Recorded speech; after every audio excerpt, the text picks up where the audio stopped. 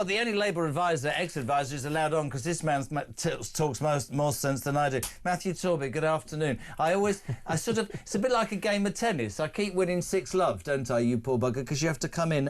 In all seriousness, you've been a Labour advisor. You said on this show on numerous occasions that on the night of the election you said to people, and it didn't go down particularly well, this is as good as it gets. You're not a fan of his political antennae. You think he's a lawyer who's found himself in this position, that he's sort of traded so much in what he believes.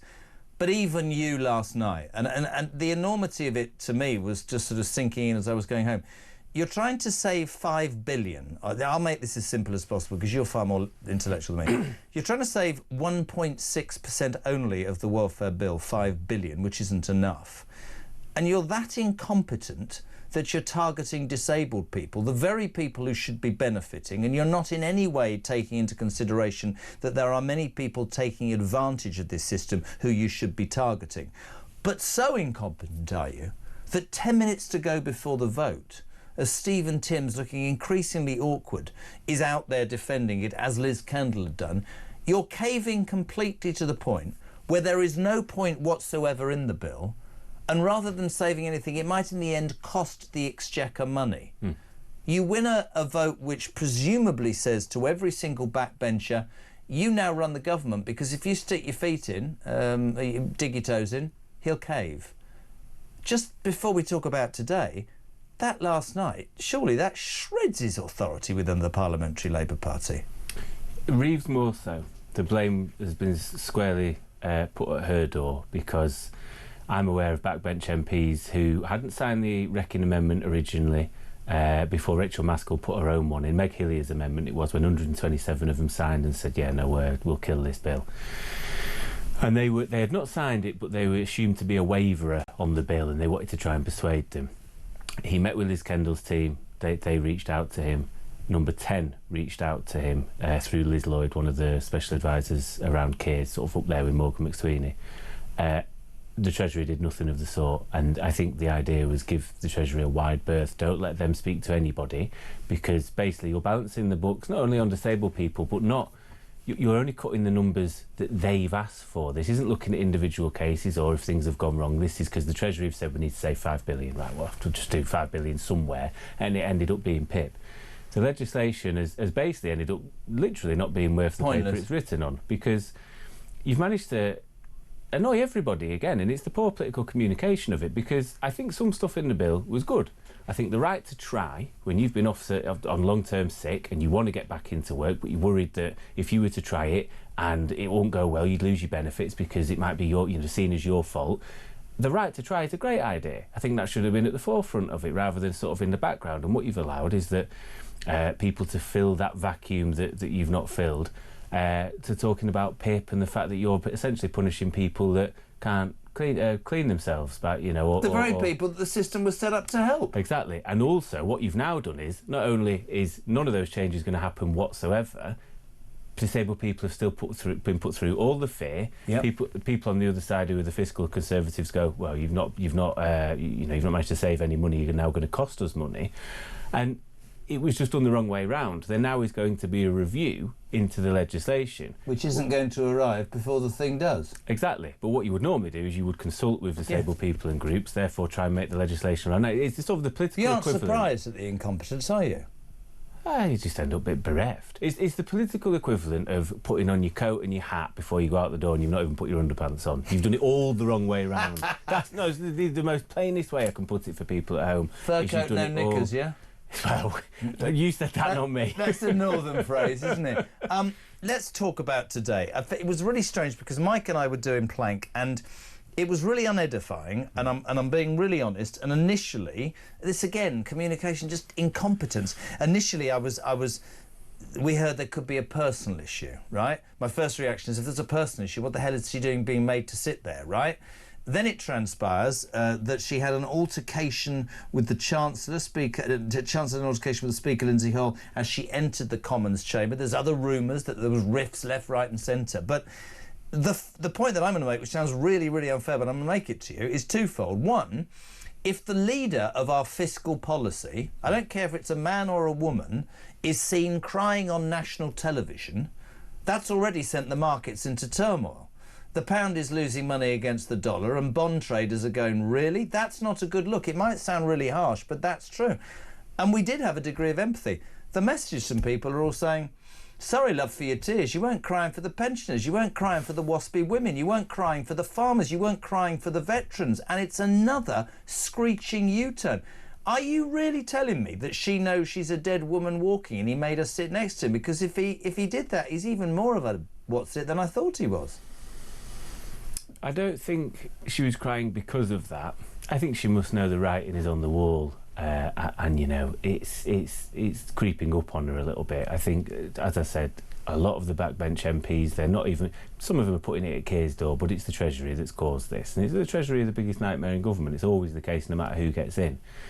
It is unedifying, it's uncomfortable. I felt the same. This isn't a party political thing. No. I felt the same when Theresa May cried when she resigned, and the same for Liz Truss. It's not nice, and ultimately trying to run a government is a very stressful job. It's a thankless task at the best of times anyway. No one's ever happy. My assumption, having spoke to former special advisors as well, is if she hadn't have gone in, we don't know what this personal issue is. It could be family related. It could be anything, right? It's, you know. Well, they're saying it's an altercation. There isn't a personal issue now. No. So that, I think there was a potentially, from what we know, there's a personal issue, maybe at home or whatever else. You know, I'm not going to speculate. No. But something has affected her and upset her to the point where she's really blubbing for half an hour. Was. So it's something, you know, potentially quite serious. And we've all had those days where you've had a horrible time of it. Yeah. And all it takes is that one person to say that. And that's it, that's the stress. You know, crying is essentially from stress, and that's where you let it out.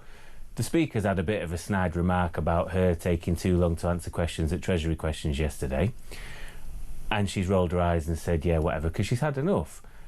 Because of the build-up of other stuff, potentially, and all the rest of it. Last night was terrible, and I think that was essentially the straw that broke the camel's back. That's what it seems like to me. Whether we find out is another story.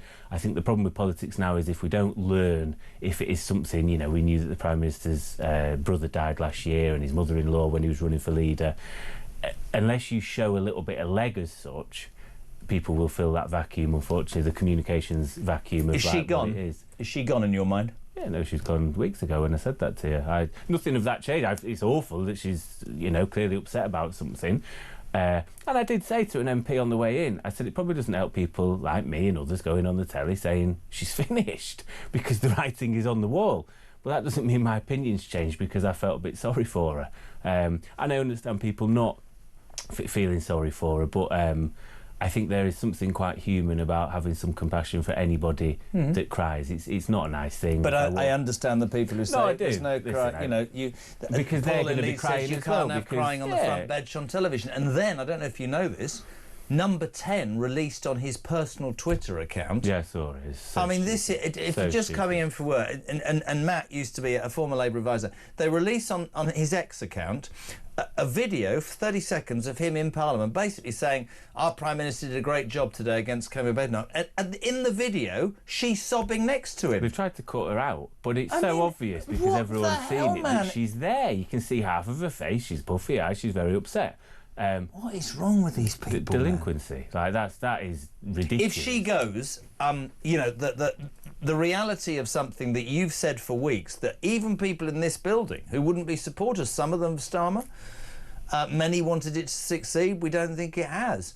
They've gone, nah, come on, he's got 5 years. He's also a dead man walking, isn't he? What you've got now is a bunch of backbenchers who I said if they dig their toes in far enough, they know that they can get concessions out of him.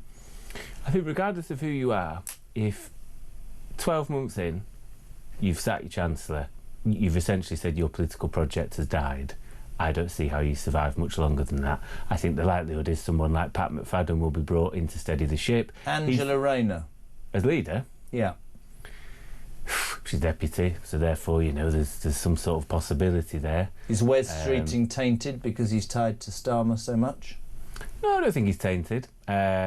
I think the issue for him is whether he'll have a seat in 4 years, because the independent that was primarily focused on Gaza at the last election, that only narrowly lost to him, has been out there every weekend since the election campaigning. And obviously Gaza is an issue that doesn't appear to be going away anytime soon, even if this rumoured ceasefire that President Trump's hinted at is there. I can't see Netanyahu giving in because he wants to protect himself and he needs to stay in power so he doesn't go to prison on these numerous fraud charges. And these hostages still aren't going anywhere, haven't been released. And so people, are going to want to see action.